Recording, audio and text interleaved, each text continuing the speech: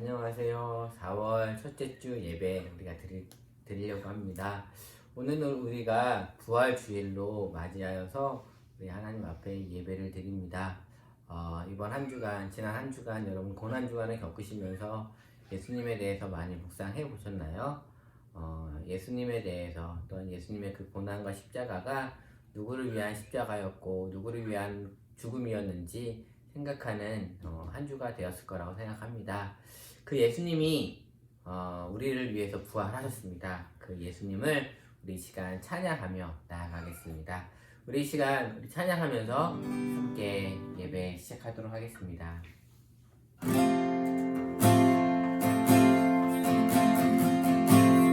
예수 흠도 죄도 없는 당신이 깊이 감춰둔 내 죄로 인하여 하나님의 어린 양 속죄의 제물 되어 저주받은 나무에 달리셨네. 예수 흠도 죄도 없는 당신이 깊이 감춰둔 내 죄로 인하여 하나님의 어린 양 하나님의 어린 양 속죄의 제물 되어 저주받은 나무에 달리셨네. 내가 예수를 당신을 부인했습니다. 내가 예수를 당신을 못 박았습니다. 당신이 행하신 일 모든 약속을 다 잊고 십자가에 예수를 매달았네. 내가 예수를 당신을 부인했습니다. 내가 예수를 당신을 못 박았습니다. 나의 모든 죄를 지고 아버지께 인도하시는 내가 예수를 못 박았습니다. 우리 다시 한번 예수 흠도 죄도 없는 당신이 함께 찬양하겠습니다. 예수 흠도 죄도 없는 당신이 깊이 감춰둔 내 죄로 인하여 하나님의 어린 양 속죄의 제물 되어 저주받은 나무에 달리셨네.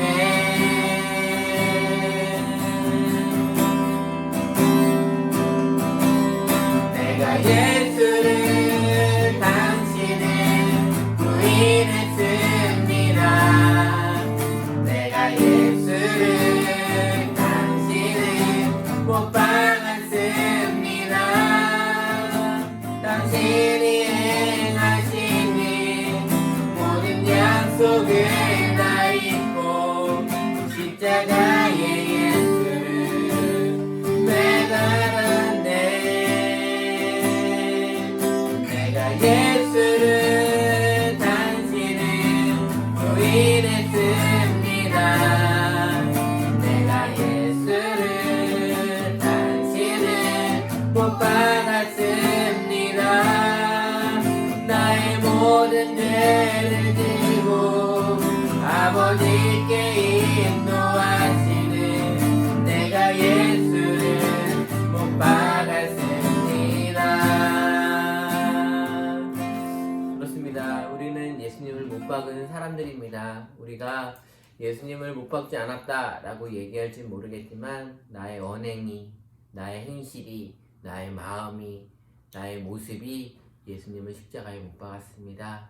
이번 한 주간도 우리는 죄를 지으면서 다시 한번 예수님을 십자가에 못 박는 우리의 모습이 되었습니다. 그 예수님이 오늘 우리에게 말씀하십니다. 그래도 내가 너를 사랑한다. 그래도 내가 너를 사랑한다. 그 음성을 여러분 고백 들으셨으면 좋겠고요. 정말 그 예수님의 그 물음에, 또한 그 대답에, 그 말씀에 우리도 예수님 사랑합니다, 주님 사랑합니다 라고 고백하며 나아가는 오늘 이 부활주일 예배가 되었으면 좋겠습니다. 우리 2절로 다시 한번 찬양하도록 하겠습니다. 예수 참 사랑과 평화의 주님, 소망 없이 멀어진 우리를 하나님과 온전히 화목해 하기 위해 십자가로 맡긴 땅 허무셨네. 예수 참사랑과 예수 참사랑과 평화의 주님, 소망 없이 멀어진 우리를 하나님과 온전히 화목해 하기 위해 십자가로 맡긴 땅 허무셨네.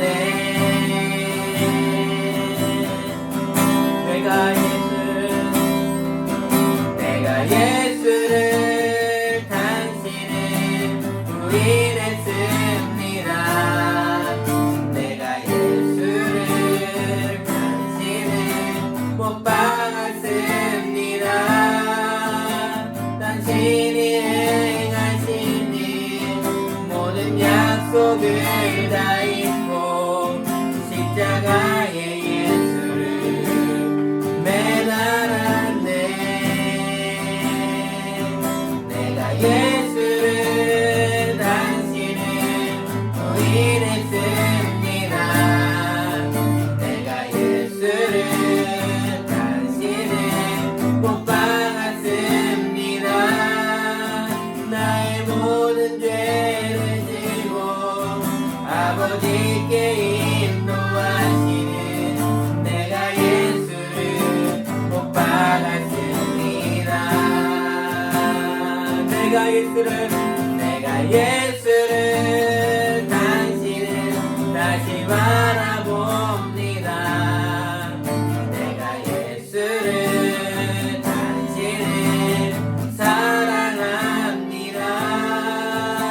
당신이 행하신 일 흔들리지 않는 사랑, 깨지지 않는 약속 붙들겠네. 내가 예수를 당신을 다시 바라봅니다. 내가 예수를 당신을 사랑합니다. 갚을 수 없는 사랑 아버지께 인도하시네. 내가 예수를 사랑합니다. 우리 다시 한번 고백하겠습니다. 내가 예수를 당신을 다시 바라봅니다. 내가 예수를 당신을 사랑합니다. 당신이 행하신 일 흔들리지 않는 사랑, 깨지지 않는 약속 붙들겠네.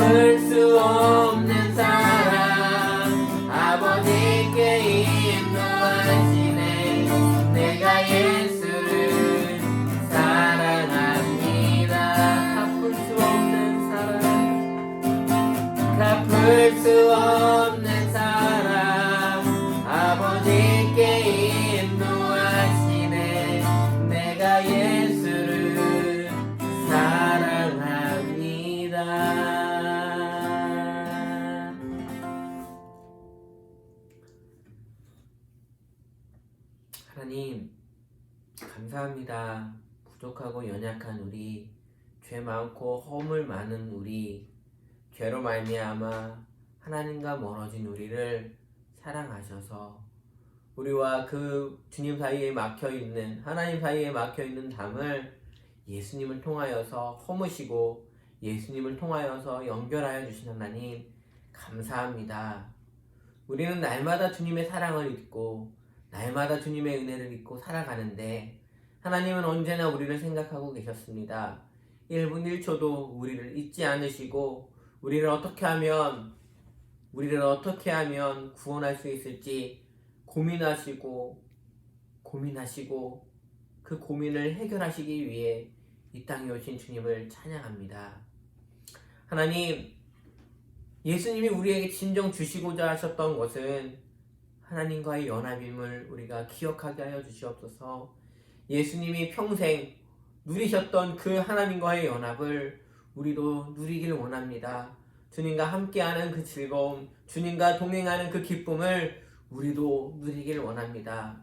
그 갚을 수 없는 사랑을 힘입어 오늘 부활주의를 맞이하여 주님을 또한 찬양하며 감사하며 영광 돌리며 이 자리에 우리가 모였습니다.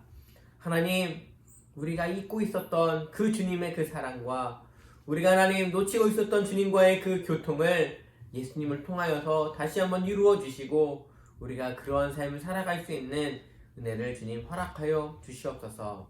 하나님, 오늘 이 예배를 통하여서 하나님 주님의 그 사랑을 다시 한번 누리며 하나님과의 교제함을 누리며 나아가는 우리 모두가 되게 하여 주시옵소서. 예배의 시종을 주님께 의탁합니다. 예수님의 이름으로 기도합니다.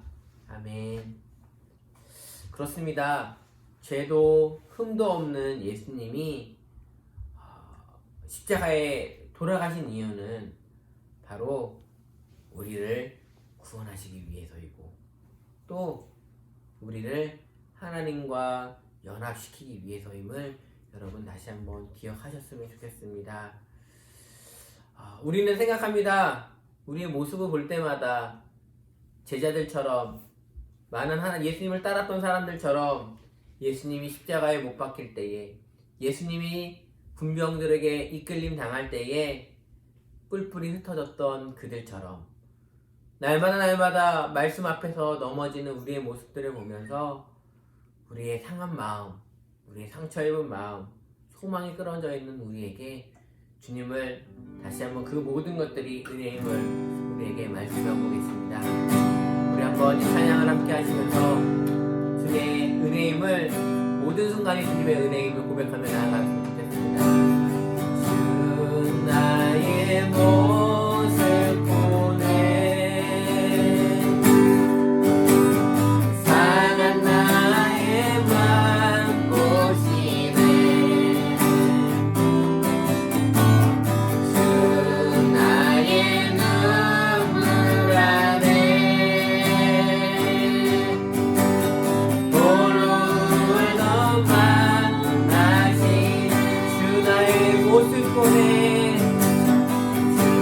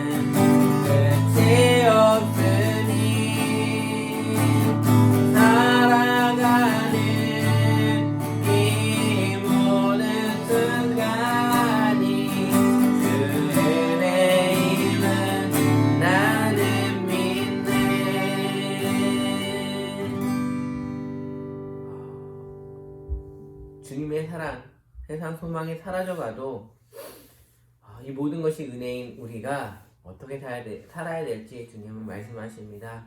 우리는 언제나 어디서나 우리가 있는 그곳에서 주님을 예배하는 예배자들로 살기를 원하심을 여러분 기억하셨으면 좋겠습니다. 어떤 상황에서도 어떠한 역경 속에서도 우리 주님을 예배하는 예배자들이 되기를 원합니다.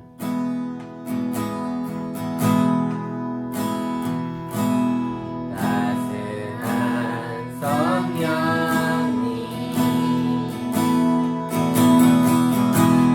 마음으로 보내 내 몸을 감싸며 주어지는 평안한 만족함을 느끼네. 부르신 곳에서 나는 예배하네. 어떤 상황에도 나는 예배하네. 부르신 곳에서 나는 예배하네. 어떤 상황에도 나는 예배하네. 사랑과 진리에 사랑과 진리에 하늘이 빛보네. 내 몸을 감싸며 주어지는 평안한 그 사랑을 느끼네. 부르신 곳에서 나는 예배하네. 어떤 상황에도 나는 예배하네. 부르신 곳에서 나는 예배하네. 어떤 상황에도 나는 예배하네. 내가 걸어갈 때 길이 되고 살아갈 때 삶이 되는 그곳에서 예배하네. 내가 걸어갈 때 길이 되고 살아갈 때 삶이 되는 그곳에서 예배하네. 내가 걸어갈 때 길이 되고 살아갈 때 삶이 되는 그곳에서 예배하네. 내가 걸어갈 때 길이 되고 살아갈 때 삶이 되는 그곳에서 예배하네. 부르신 곳에서 나는 예배하네. 어떤 상황에도 나는 예배하네. 부르신 곳에서 나는 예배하네. 어떤 상황에도 나는 예배하. 부르신 곳에서 나는 예배하네. 어떤 상황에도 나는 예배하네. 부르신 곳에서 나는 예배하네. 어떤 상황에도 나는 예배하네. 그대로 날 보듬으시고 사랑으로 품어주셔도 내 마음 한 자락 도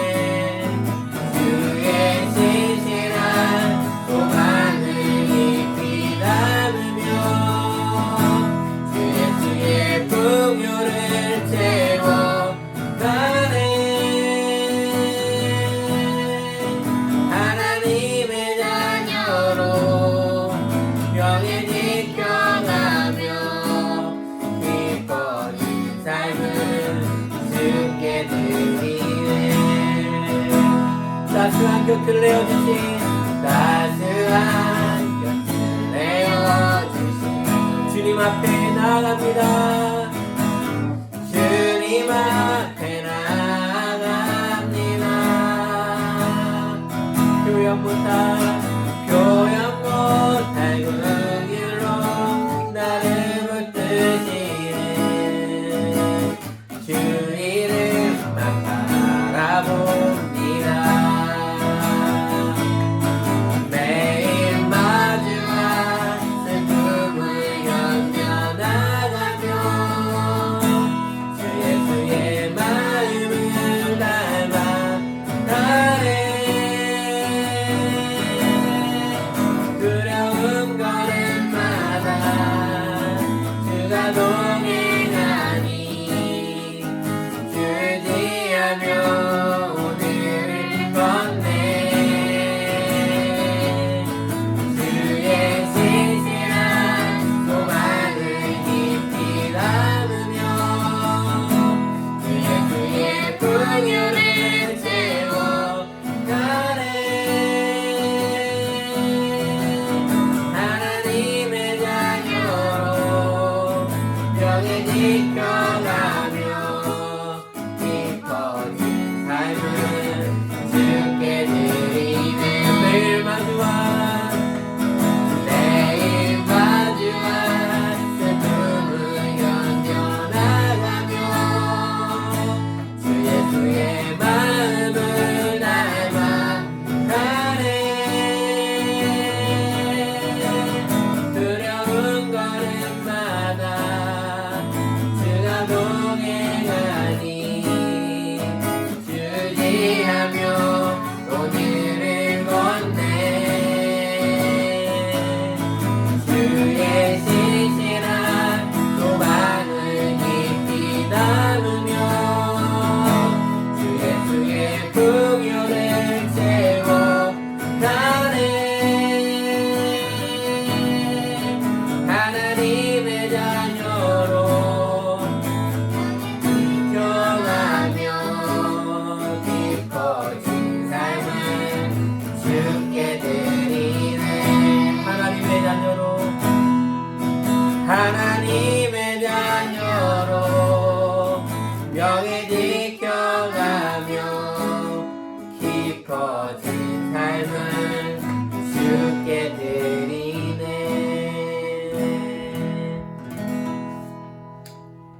부활의 주님, 주님을 만난 지 오랜 시간이 흘렀습니다. 주님을 알아간 지도, 주님을 사랑한다고 고백한 지도 수년, 수십 년이 흘렀지만 아직도 제자리인 나의 믿음, 아직도 제자리인 나의 신앙, 아직도 초신자와 같은 나의 믿음을 보게 됩니다. 주님을 의지하기보단 아직도 세상을 의지하고, 주님을 사랑하기보단 아직도 돈을 더 사랑하는 나의 모습을 보게 됩니다. 주님, 우리의 눈이, 우리의 가치관이 부활의 주님을 만남으로 말미암아 변화되기를 원합니다. 이전까지 소중하게 생각했던 그 모든 것들을 내려놓고 부활의 주님이 말씀하시고 부활의 주님이 우리에게 주시고자 하셨던 그 놀라운 축복들과 풍성한 삶을 우리가 살아갈 수 있도록 도와주시옵소서. 그것이 어떤 것인지 숨겨진 그 부활을 우리는 아직 잘 모릅니다. 그래서 말씀을 듣고 말씀을 배워나가면서 숨겨진 그 보화와 같은 주님의 그 놀라운 축복들을 우리가 발견하고 싶습니다. 오늘도 말씀을 듣는 이 시간이 보물찾기 시간이 되게 하여 주시옵소서. 우리가 잊고 있었던, 우리가 놓치고 있었던, 우리가 생각하지도 못했던 그 놀라운 그 축복들을, 놀라운 은혜들을 다시 발견하고 정말 우리의 삶이 정말 깊어지고 깊어져서 주님을 닮아가고 주님의 모습을 보여줄 수 있는, 주님의 향기를 나타낼 수 있는 그러한 모습이 우리가 되게 하여 주시옵소서. 오늘도 주님의 귀한 말씀이 우리 가운데 들려질 때에 매년 듣고 매주 듣는 하나님의 말씀이라 우리가 등한시하고 대충대충 넘어가는 우리의 모습들이 있습니다. 그 모습들을 내려놓고 오늘은 사무엘처럼 주여 말씀하옵소서 종이 듣겠습니다. 주님 말씀하옵소서 제가 들을게요. 라는 열린 마음과 열린 뜻을 가지고 주님의 그 말씀을 듣는 은혜를 허락하여 주시옵소서. 하나님 오늘도 전하는 자 듣는 자 모두가 다 주님의 은혜가 넘쳐나길 간절히 소원하며 예수님의 이름으로 기도합니다. 아멘. 우리 하나님의 말씀을 함께 살펴보도록 하겠습니다. 오늘은 요한복음을 함께 보겠습니다. 요한복음 21장 15절부터 17절까지 말씀을 보도록 하겠습니다.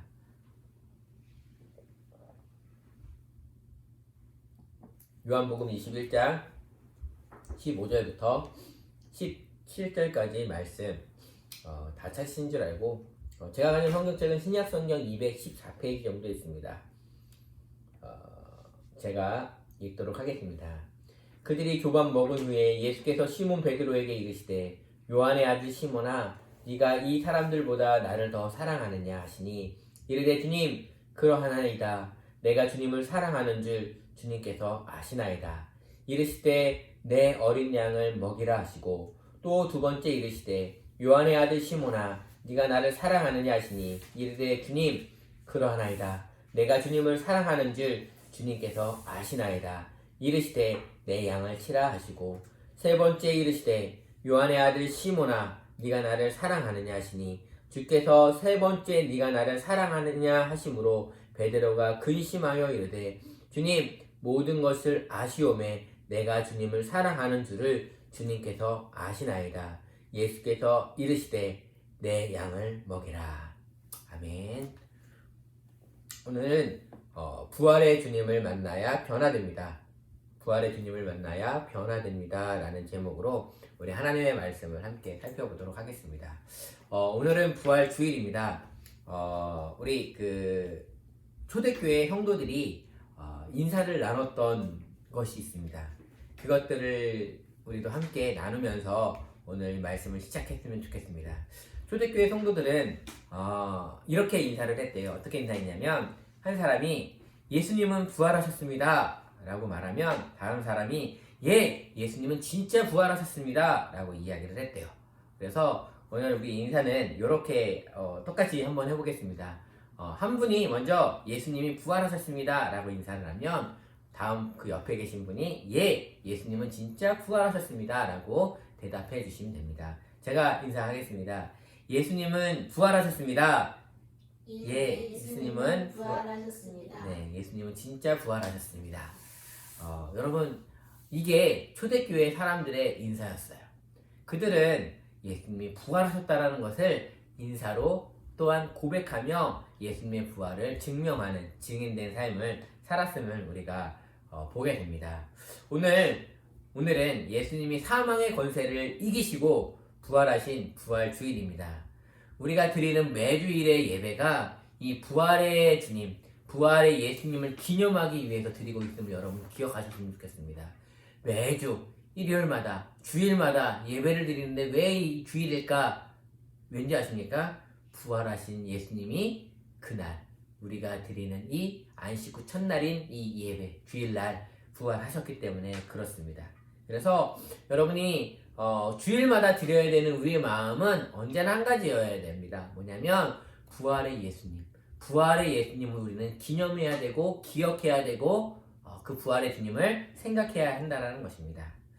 그래서 오늘은 정말 특별하게 부활 주일이기 때문에 우리 부활의 주님을 만나야 변화됩니다 라는 제목으로 우리 하나님의 말씀을 우리 한번 누렸으면 좋겠습니다. 우리의 일상에 통용되는 단어들 중에 바둑과 관련된 단어들이 꽤 있습니다. 여러분 뭐 이런 얘기도 있었죠. 뭐 신의 한수, 외통수 뭐 이런 것들 있잖아요. 그럼 신의 한수는 언제 사용하죠? 신의 한수는 어떠한 어려움을 극복하는데 결정적인 역할을 할 때 이거 정말 신의 한수였어 라고 사람들은 이야기를 합니다. 그래서 이 바둑이라는 것 자체가 정말 힘들잖아요. 저는 바둑에 대해서 잘 모르지만 이 바둑을 두시는 분들은요, 바둑을 두고 나서 그것들을 다시 복기를 한다고 합니다. 그러면서 그것들을 다 외워요. 한 그 판에 뭐 백 몇 개의 그 바둑들이 올라가는데 그것들을요 순서대로 막 하더라고요. 와, 대단한 것 같아요. 그러면서 그분들이 복기를 하면서 생각하는 건 뭐냐면, 내가 왜 여기를 뒀을까? 내가 왜 이쪽에다가 이런 수를 뒀을까? 라고 이렇게 생각하면서 이렇게 다시 복귀한다고 합니다. 여러분, 바둑에서는요, 그래서 한 수 한 수를 둘 때, 한 수 한 수를 둘 때 정말 집중해서, 또한 그 곳에 둘 때에 의미를 주면서 바둑을 둔다라고 해요. 의미 없는 돌은 없습니다. 의미 없는 한 수는 없어요. 바둑에서 그 의미 없는 한 수는 악수가 되기 때문에 바둑에 있어서 그 한 수 한 수는 날마다 정말 최선을 두는 것이 이 바둑이라고 합니다. 그런데 이 바둑처럼 이 바둑에서 이 악수 하나 때문에 승패가 갈리는 것을 우리는 심심치 않게 볼 수가 있습니다. 하나의 잘못된 한 수로 인해서 승패가 완전히 바뀌는 것들을 보는 것을 우리는 보게 된다는 것입니다. 우리 인생도 이 악수들이 가끔씩 생깁니다. 의미 없이 던져진 한 수, 의미 없이 던져진 한 모습이 우리는 두고 있는 우리의 모습들을 보게 되는 것 같아요. 한 번의 실수와 한 번의 잘못으로 인해 우리는 좌절하고 실망합니다. 내가 왜 그랬을까? 내가 왜 그렇게 행동했을까? 내가 왜 그런 말을 했을까? 라고 하면서 그 지나간 악수와 지나간 실수와 지나간 잘못들로 인해서 우리는 위축되고 주저앉아 있고 힘들어할 수가 있다는 것입니다. 오늘 그 한 사람을 우리는 살펴보고 싶어요. 그 한 사람은 바로 베드로예요. 베드로는요, 어떠한 사람인지 우리 너무나도 잘 알고 있잖아요. 제가 다시 한번 간략하게 여러분께 설명드리고 싶습니다. 베드로는 자타공인 예수님의 수제자입니다. 예수님을 따라다녔던 12명의 제자들 중에서 베드로만큼 예수님 곁에 항상 붙어있던 사람도 없었다는 거예요. 예수님이 가시는 곳마다 함께한 제자가 바로 베드로였습니다. 예수님은요, 제자들 12명 중에 단 3명만 데리고 하시는 모든 일들도 가끔 계셨거든요. 그때 꼭 뽑혔던 사람이 바로 이 베드로였다는 거예요. 여러분, 이 베드로 정말 예수님의 수제자, 첫 번째 제자라고 해도 과언이 아닐 만큼 예수님을 따라다녔던 사람입니다. 또 예수님의 기적을 또한 맛보았던 사람도 이 제자 베드로예요. 여러분, 예수님의 제자들이 그 배를 타고 가다가 이 무리를 걸어오신 예수님을 보고 무서워하잖아요. 그때 예수님이 무서워하지 마, 나야 라고 하시면서 하실 때에 베드로만큼, 다른 제자들은 벌벌 떨면서 어떻게 하지 하고 있을 때에 베드로는 예수님께 요청합니다. 뭐라고 요청한지 아십니까? 예수님, 저도 물 위를 걷게 해주십시오 라고 요청을 해요. 그때 예수님이 어떻게 하죠? 그래, 바다 위를 걸어오라라고 말씀하십니다. 그때 그 베드로가 바다 위를 걸었던 최초의 사람 아닙니까? 베드로만큼은요, 간증할 수 있어요. 나는 물 위를 걸었던 사람입니다. 예수님이 함께 하셨더니, 예수님이 말씀하셨더니 저는 물 위를 걸었습니다 라고 간증할 수 있는 사람이 바로 이 베드로였다라는 거예요. 베드로는요, 예수님이 또한 너희는 나를 누구라고 하느냐라고 물으셨을 때에 정답을 말했던 사람 아닙니까? 주는 그리스도시요 살아계신 하나님의 아들입니다 라고 고백했던 사람이 바로 이 베드로였다라는 거예요. 베드로는요, 예수님을 따라다니는데 언제나 1등, 언제나 예수님 앞에서 열심을 냈던 사람이 베드로였다라는 거예요. 그런데 예수님이 로마 병정에게 잡히시기 전에 예수님은 베드로에게 이렇게 말씀하십니다. 베드로야, 너가 나를 3번 부인할 거야. 베드로는 장담했어요. 뭐라고 장담했죠? 예수님, 다른 자들은 다 버려도 저는 예수님을 버리지 않을 거예요 라고 장담했어요. 하지만 예수님은 말씀하셨어요. 아니야, 너는 나를 부인할 거야. 베드로는 나는 언제나 예수님 곁에 있었고 나는 언제나 예수님의 수제자로 예수님의 모든 사역을 함께 했었고 예수님이 하시는 그 모든 것들의 정답을 나는 알고 있는데 그렇게 행동했으니까 나는 예수님을 떠나지 않을 거야. 그렇게 장담했던 그 베드로가 예수님이 잡히실 때에 예수님을 따라가긴 했었잖아요. 예수님을 따라갔어요. 그런데 그 예수님이 고난 받으시고 신문 받으시는 그때에 불을 쬐면서 예수님을 몇 번 부인하죠? 3번이나 부인해요. 그 예수님을 3번 부인한 그 베드로를 예수님이 보셨다라고 성경은 이야기하고 있어요. 얼마나 베드로는 가슴이 아팠을까요? 내가 왜 예수님을 배반했을까? 아니 예수님을 배반하고 예수님을 떠났던 제자들처럼 그냥 떠났으면 됐을 텐데 왜 예수님을 따라가서 많은 사람들 앞에서 예수님을 저주하고 부인하고 예수님을 보시는데 그 보시는 그 눈빛 앞에서 예수님을 부인했을까? 그것이 베드로가 가졌던 아픔이었고 베드로가 날마다 누렸던 내 인생의 악수는 이거야. 내 인생의 결정적인 실수는 이거였어 라고 자책하게 될 만한 그런 일을 베드로는 했었다라는 거예요.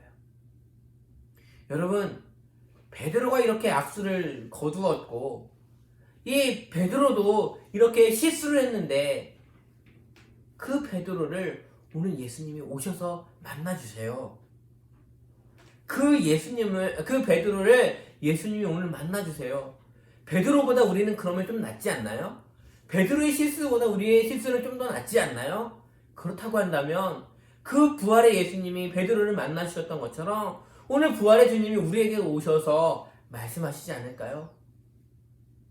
여러분, 이번 한 주간, 아니 평생을 살아오면서 우리가 잘못했던 주님 보시기에 너무나도 부끄러운 모습들 있지 않나요? 그 모습들 때문에 위축되어 있고 주저앉아 있고 좌절하고 있는 그 우리에게 부활의 예수님은 베드로에게 찾아오셨던 것처럼 우리에게 찾아오실 거예요.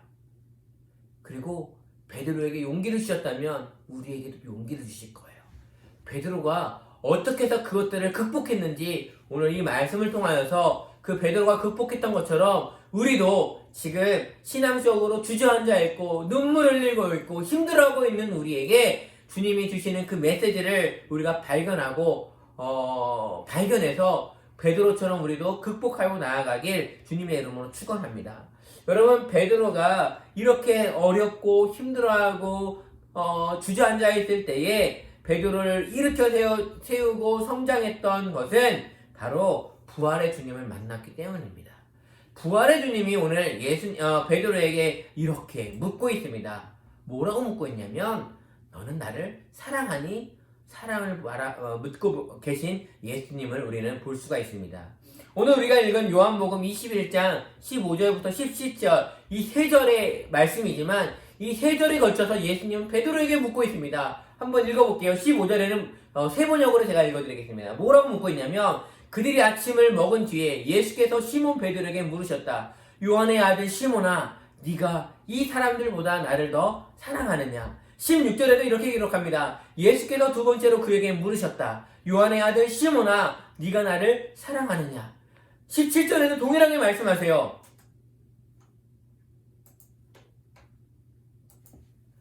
예수께서 3번째로 물으셨다. 요한의 아들 시몬아, 네가 나를 사랑하느냐? 예수님은 지금 베드로에게 3번이나 강조해서 묻는 것은 너 나를 사랑하니?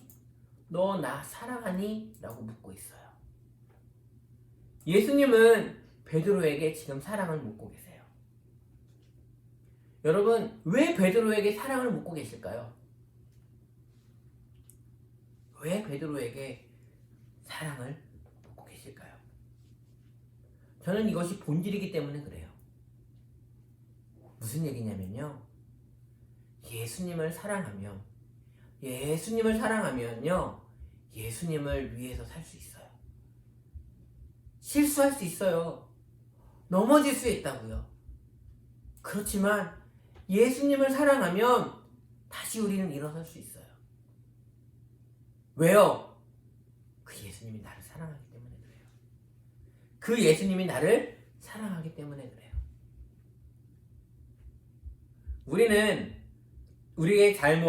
우리가 잘못했을 때에 우리는 그 현상만을 바라봐요. 그 결과만을 바라봐요. 그 상황만을 바라봐요. 그런데 예수님은 그렇게 보시지 않아요.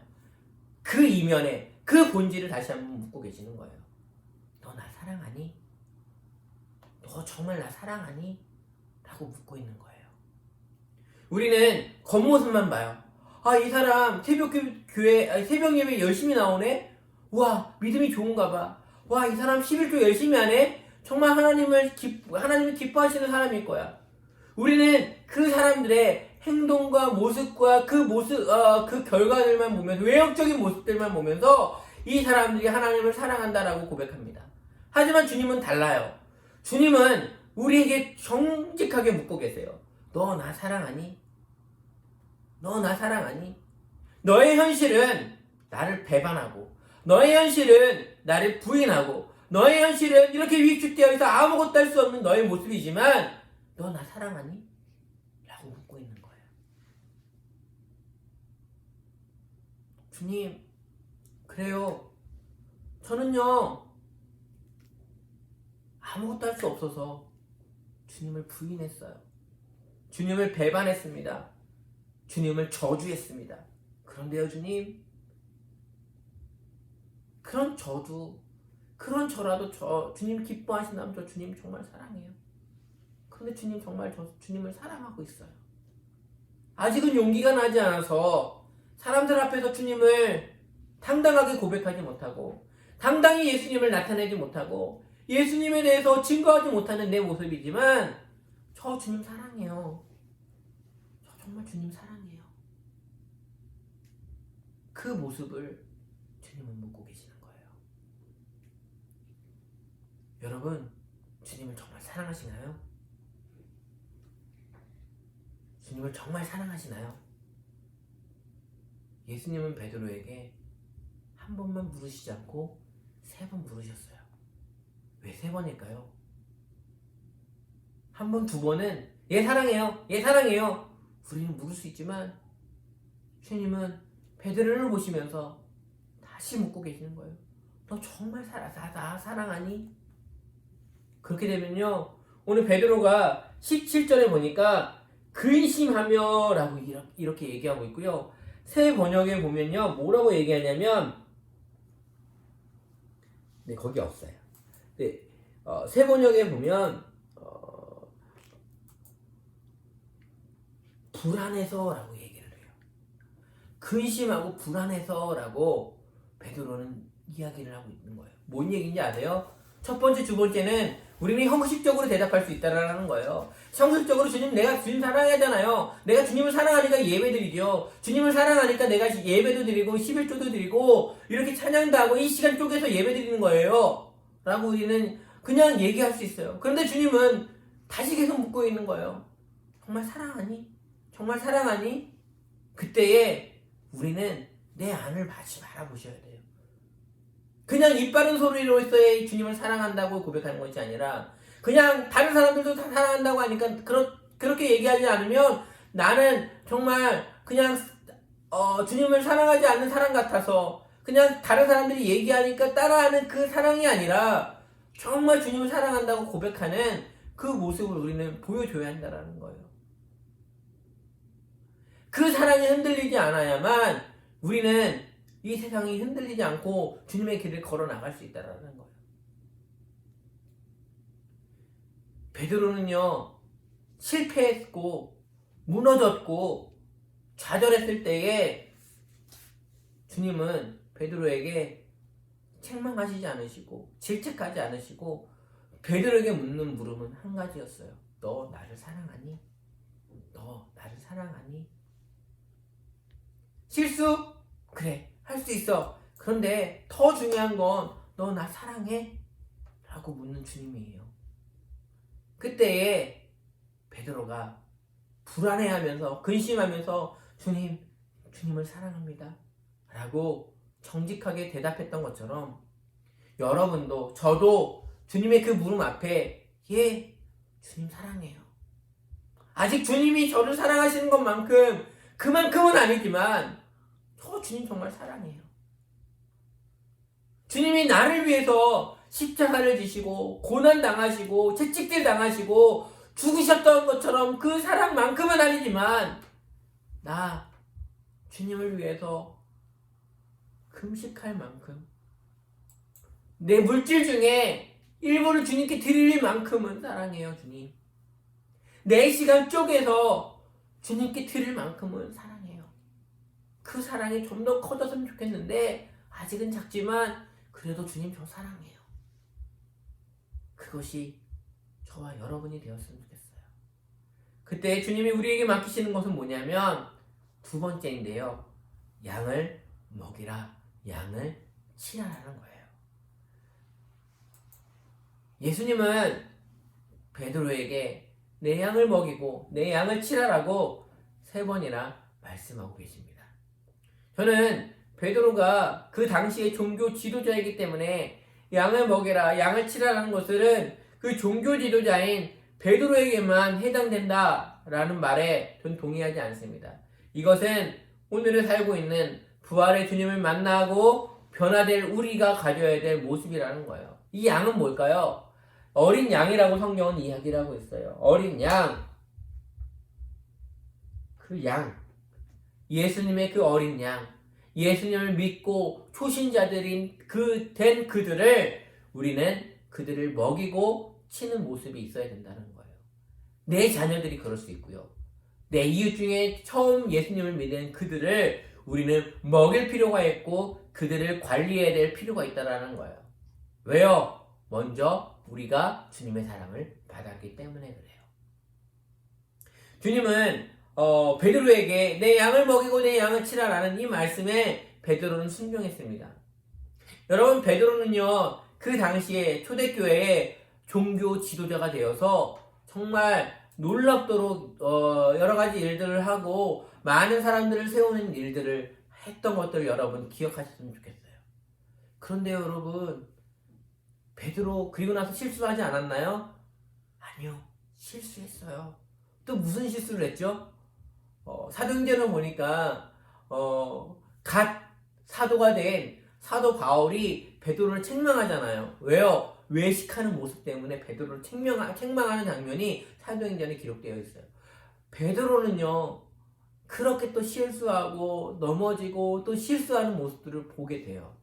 여러분, 우리는요 잘못 생각하고 있는 것이 하나가 있어요. 뭔지 아세요? 예수님을 믿으면 완벽해야 된다고 생각해요. 예수님을 믿으면 정말 우리는 완벽하게 주님의 일들을 해야 된다라는 그러한 잘못된 생각에 고정관념에 사로잡혀 있다라는 거예요. 우리는 실수할 수 있어요. 우리는 넘어질 수 있어요. 우리는 좌절할 수 있어요. 그런데 그 넘어지고 좌절해도 다시 일어서야 되는 이유예요.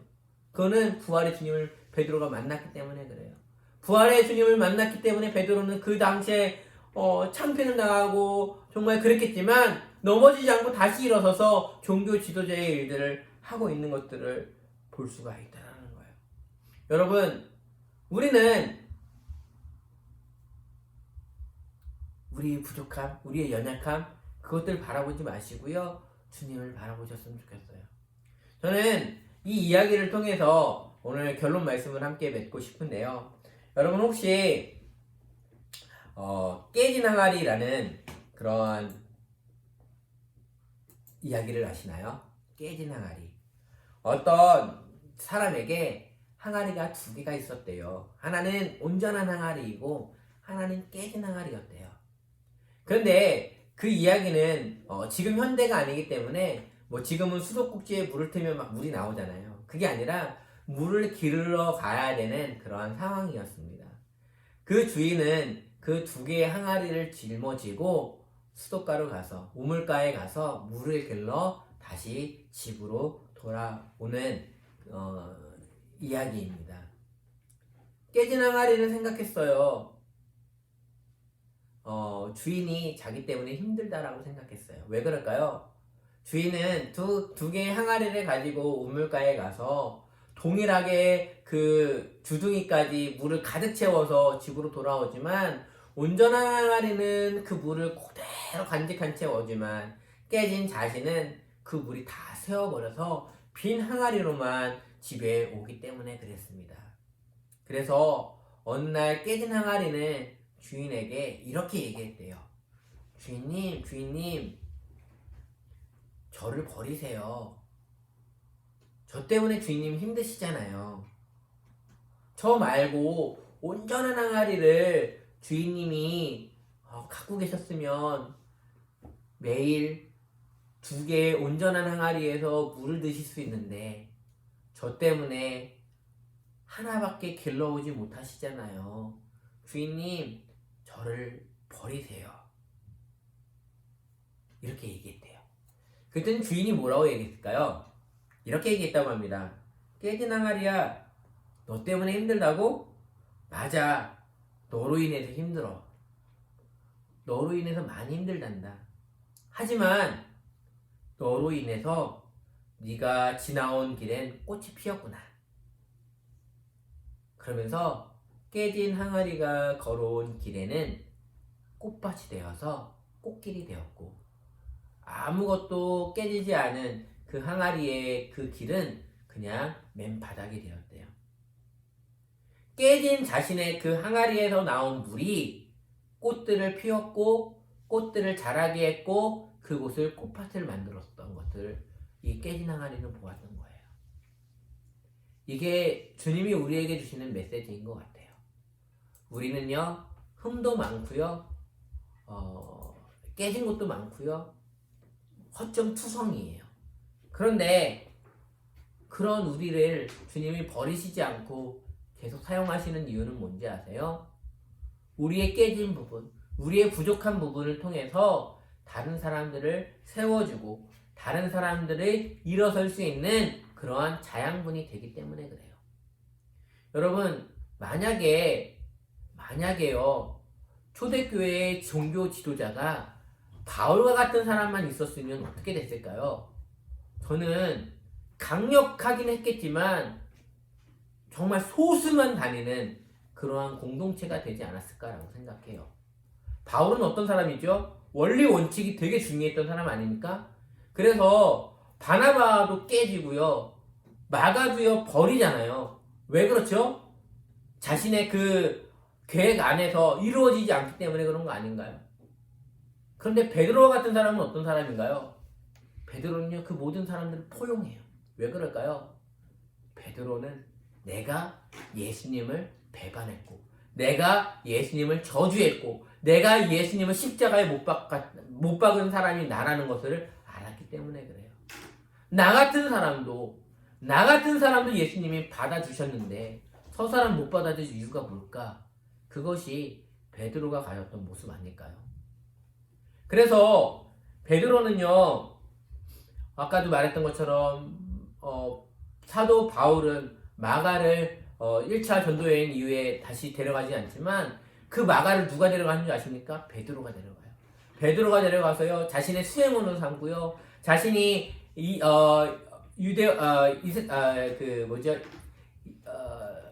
이스라엘 말로 이야기를 하면, 히브리어로 얘기를 하면 헬라어로 통역하는 것들을 이 마가를 시켜서 했던 것들을 여러분 기억하셔야 돼요. 여러분, 베드로는 포용했던 사람이에요. 부활의 주님은 우리에게 말씀하고 계세요. 너희들 주저앉지 말고 다시 한번 일어섰으면 좋겠다라는 거예요. 다시 한번 서서 주님의 일을 하기를 원하신다라는 거예요. 나의 깨진 부분, 나의 상처 입은 부분, 그것들을 통하여서 나처럼 상처 있고, 나처럼 깨져 있고, 나처럼 힘들어하는 자들에게 가서 이야기를 하는 거예요. 저도 예수님 부인했었어요. 저도 예수님을 십자가에 못 박았었어요. 저는 예수님을 저주됐던 사람이에요. 라고 하면서 그들을 격려하면서, 그렇지만 그 부활의 예수님이 저에게 오셔서 다시 사랑하라고, 내가 너를 사랑한다라고 말씀하시면서 너 나 사랑하니라고 묻고 계셨어요. 예수님 사랑하세요? 그렇다면 다시 일어나셔서 주님의 일을 하는 것이 예수님을 사랑하는 자의 모습이에요. 베드로가 평생 전한 메시지가 이것 아니었을까요? 부활주일, 우리가 이번 한 주를 살아가면서 또한 이후의 모든 삶을 살아가면서 우리는 또 실수를 할 거예요.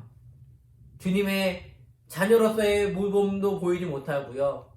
세상 사람들이 너 예수님 믿는 거 맞아? 라고 할 정도로 정말 세상 사람과 별반 구별되지 않을 정도의 모습도 우리 가운데 있을 수 있어요. 그렇지만 주님을 사랑한다면 조금씩 변화된 모습으로 주님이 원하는 모습으로 우리가 서 있길 원하고, 나보다 힘들어하는 지체들을 위해 기도하고 그들을 주님께로 이끄는 그 역할을 저와 여러분이 감당하길 주님의 이름으로 축원합니다. 기도하겠습니다. 부활의 주님, 당신을 많은 사람들 앞에서 저주하고 많은 사람들 앞에서 부인하던 그 제자들을, 특히 베드로를 찾아오셔서 그들에게 너 나 사랑하니라고 묻고 계신 주님의 음성을 오늘 우리가 들었습니다. 베드로가 네 주님, 제가 주님을 사랑합니다 라고 3번 고백했던 것처럼 우리 인생도 주님 앞에 곰곰이 생각하며 곰곰이 자신을 되돌아보며 주님을 사랑하는지 물어볼 수 있는 우리가 되게 하여 주시옵소서. 때로는 내가 정말 주님을 사랑하는 걸까? 라고 우리는 헷갈려 할 때가 있을 거예요. 저도 헷갈릴 때가 있습니다. 그때 주님 앞에 주님, 제가 정말 주님 사랑하는 것일까요? 라고 묻는 자들도 있게 하여 주세요. 조용히 주님과 걸으면서 내가 정말 주님을 사랑했었나? 내가 정말 주님을 사랑하는 거 맞나? 주님을 사랑한다면서 왜 이렇게 행동하나? 자신을 자책하기보단 그 부활의 주님께 물어봐서 나의 감정과 나의 모습이 정말 주님을 사랑하는지 아닌지 다시 한번 물으며 정말 주님을 사랑하는 그 확신 가운데에 우리가 서 있게 하여 주시옵소서. 베드로는 이 확신이 뒤틀리지 않고 또한 흔들리지 않았을 때에 놀랍도록 주님의 일들을 감당하는 것들을 볼 수가 있습니다. 예전에는 죽음을 무서워했던 자였지만 부활의 주님을 만나고 부활의 그 주님을 사랑하는 그 고백을 하고 나서는 종교 지도자들의 그 압박과 죽음 앞에서도 감옥 앞에서도 당당하게 예수님을 고백하고 예수님을 드러내고 예수님을 선포하는 놀랍도록 달라진 베드로의 모습을 우리는 볼 수가 있습니다. 하나님, 우리도 세상 가운데 지금은 위축되어서 주님을 사랑한다고 나 예수님을 믿는다라고 당당하게 외치지 못하는 우리의 모습이었지만 부활의 주님을 만남으로 인하여 바뀌었던 베드로처럼 우리의 인생도 부활의 주님을 만남으로 말미암아 바뀌어서 주님을 고백하고 주님을 나타내고 주님을 사랑하는 것들을 내 삶 속에 나타내게 하여 주시옵소서. 또한 지치고 힘들어하고 있는 다른 어린 양들을 주님께로 인도할 수 있는 그러한 역할을 우리가 감당하며 나아가는 이번 한 주 우리의 평생의 사역들이 될 수 있도록 주님 도와주시옵소서. 예수님은 부활하셨습니다. 진짜로 예수님은 부활하셨습니다. 이것이 우리 입술로서의 고백이 아니라 마음으로서 우리의 삶으로서의 고백들이 될 수 있는 이번 부활 주일이 될 수 있도록 도와주시고 부활의 기쁨과 부활의 감격을 가지고 살아가는 우리 모두가 되게 주님의 이름으로 주님께서 함께 하실 것들을 기대하며 원합니다. 주님, 부활의 감격을 우리 가운데 허락하여 주시옵소서. 예수님의 이름으로 기도하옵나이다. 아멘.